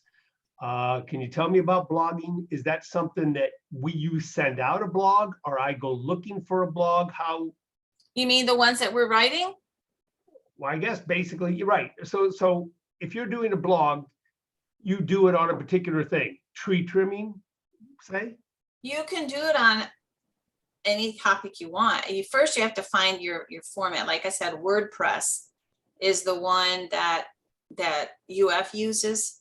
So maybe Richard can help me out with this, that there's different blog spots where you go and create it. But essentially, to make this real simple, a blog is nothing more than an article you wrote. Right. You could call it a blog, you could call it a news article, you could call it whatever you want. People use it for all different stuff. There's companies that use the blog area of a website for their press releases. All it is an article. You could categorize them, put them in multiple categories, they'll be searchable. WordPress is definitely the #1 platform to use for that. I use that for pretty much every site I do because it just makes my life simpler. There's a lot of plugins and add-ons you could use to do a lot of stuff. I know you were talking earlier about even WordPress, even internally having some of this, but there's other plugins too that will tell you what grade level the text that you wrote is at, so that you know, okay, this was written to a 12th grade level, but the people that I'm writing for might be at a 7th grade level. Maybe I should try to figure out what I can do to make it toned down. So there's a lot of stuff like that. There's a lot you can do with WordPress. Throw a plug in for myself real quick, I guess. If anybody needs to host a WordPress site and wants to do it on a secure platform, I'm always available. If not, there are obviously other places to go out there, but I can't promise you security and backups being done all the time and everything else. I can say that I always make sure it stays updated and everything else. So. Yeah. But So Donna, let me get back to my question though. okay. So you make a blog, or you choose to write a blog. Right. Then do you send that out like we send out a newsletter, or would I be saying, hey, I'm curious about Acer rubrum, and I go in there and it would populate from a search on a Google search? You can do both. You can do both. Like on that one that I posted, the UF blogs, just type UF Life as blogs into your search engine, and you're going to get a link, and you're going to be able to search according to whatever your interest is, Acer rubrum, or you can look up Donna Castro or Mike Orphanides, and they'll give you all the blogs we've written. That's on the user end. On the creation end, then you have to find a platform to create a link. You could even do it in, I imagine you can just do a Word document with something and then turn it into a PDF and then share the link. And you can make it even that simple. It's like Richard said, it's just it's like a column in a newspaper. It's an article. It's something of interest. Blog stands for web blog, right? It's just, you're just writing something of interest. And really, if you just want to get started just doing a Word document with some pictures, keeping it short and sweet, making it something interesting, 500 words, and then put it in a PDF format and create a link to that, there's your blog, and just put it in your email, put it in your newsletter. It's that simple. So if I read a blog and I've got a question, do I click reply? And On WordPress, you can, I get lots of comments on mine. So if you're going through WordPress, it does have a way where people can comment. If you're doing a PDF, obviously they could just answer your email. You just send them an email and they can email you back any questions. You can put that in your blog. Hey, if you have any questions, when I used to write that little column, at the end of my column would be, if you have any questions, email me or call me. So yeah, I mean, the thing about a blog is it's personalized, and people like that. People like feeling like they know you and feeling like they have a connection. And I think that's what we're all missing, right? Especially with COVID. And I got to say, I went to that Palm Short course in person, and I have to say it was amazing and great to be with other people. December, I stand corrected. In person is better. Even though I still like virtual. Well, there is some ease of virtual. I think we're all finding, but yeah, like anything, it's time to get back to. It's time to get back to hopefully what we're going to do at the seminar with kind of the hybrid version, where we'll still see people, but it's going to be primarily outside when we see them. Maybe that's going to carry us That's across. the best way. I think hybrid's a great idea, because I still get most people when I do my surveys saying that they prefer virtual. Let's face it, it's more convenient. If you can't get time off of work, or you just have too much going on, you can't travel, it's great to be able to participate virtual, but it's also really great to get together with people.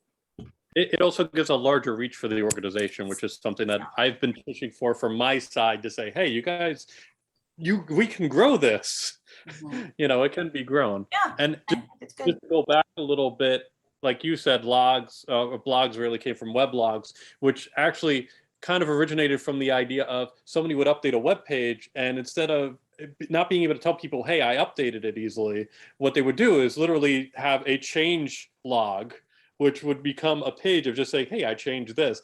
That eventually became, it's amazing how these things step up over time. Yeah, that's cool.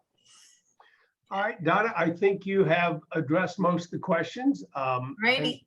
And again, in your wonderful, knowledgeable way and very comfortable, we certainly thank you very much. Well, thank you all.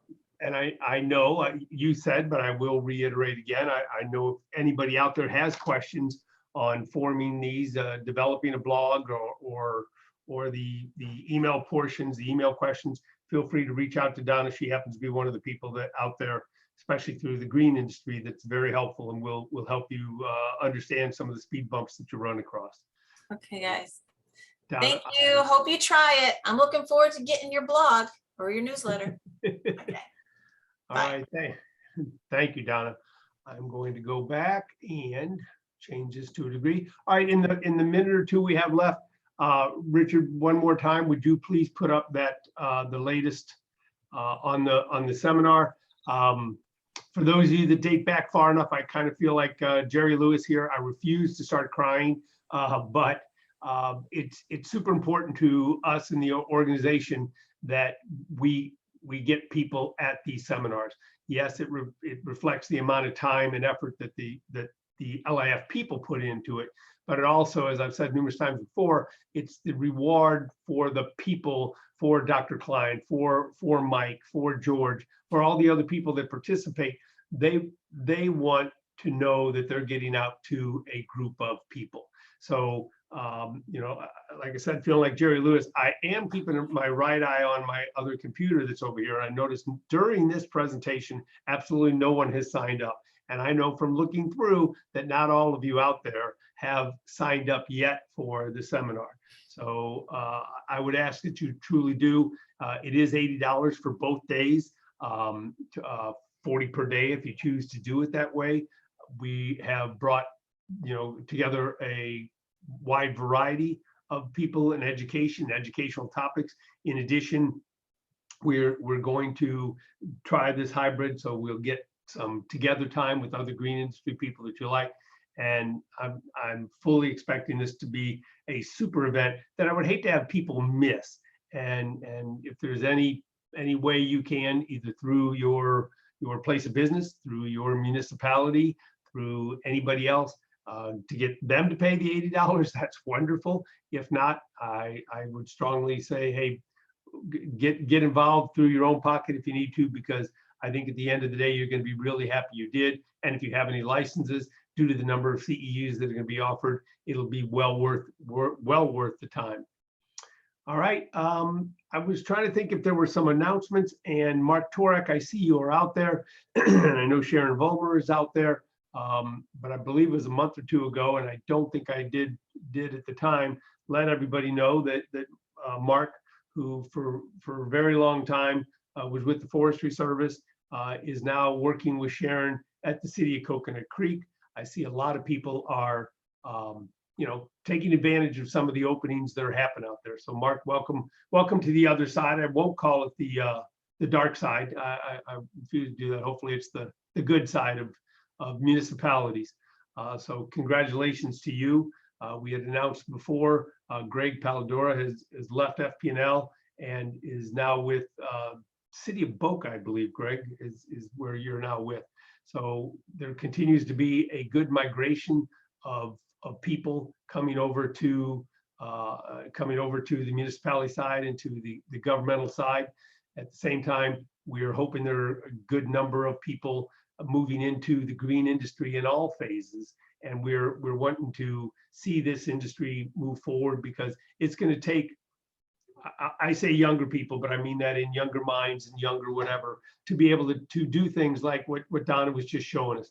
You know, blogs to me, okay, that's not something I fully understand. I would have to go in and kind of figure my way through with Donna's help. I think in the next generations that are going to come through these positions, they know them, they're comfortable with them. Those are the kind of things that are going to help move this industry forward. We can never truly replace somebody like a Dr. Gilman, who is still out there, but they're more orbiting as opposed to being in the trenches and front line. But you know, Dr. Klein is going to do a fine job. So we need to not only appreciate the history and the people that we've got out there that have produced a lot of good research, a lot of good information. We need to look forward to the people that are going to be bringing in that next generation. So Mark, you know, congratulations to you. Richard, congratulations to you. And as I told you before, on a final wrap up, you can't see, but there's a clock behind me on the wall. I am down to 74 days, 6 hours, 48 minutes, and 32 seconds before I retire. So those of you that are in one industry or another and are in any way interested, please take a look at the City of Sunrise website. You'll see the Urban Forester job open. I can't recommend it more for anybody. That is really about it. That wraps up this meeting. I again want to make sure that all of you receive the notices for the seminar, that all of you sign up for the seminar, and we look forward to seeing you there. That's the 16th and 17th of next month, not very far away. Bill, Right. just a quick reminder. We do have some people's other credentials that we've saved over time from them giving to us. However, I do want to remind everybody, if you're a member of another organization that's supposed to get CEUs, please remember to send us the information so we can try to keep track of it to make it easier on getting that information over to whatever organizations might be validating it. Absolutely. We reached out to a lot of associations. Greg asked me about FACE. We had not reached out to FACE in a number of years. If indeed is a big push that is a a group, face of the code enforcement officers, that's a group we need to reach out to because we would get a lot of people in. We can certainly do that as long as our topics, we're not going to change our topics totally, but as long as they meet some of the face requirements, we'll happily reach out to them and try and get CEUs available for you. So I agree, Richard, we are open for all those ideas. Anything we can do to make the seminar and the Landscape Inspector Association better, we will certainly do. All right, looking at the time, we're even going to stop 60 seconds early. So great talking to everybody. I hope you appreciated the education today as much as I did. I think both people did a phenomenal job, and there was a lot of good information brought to us. Everybody have a great day, stay safe, and I will see you at the seminar. Take care.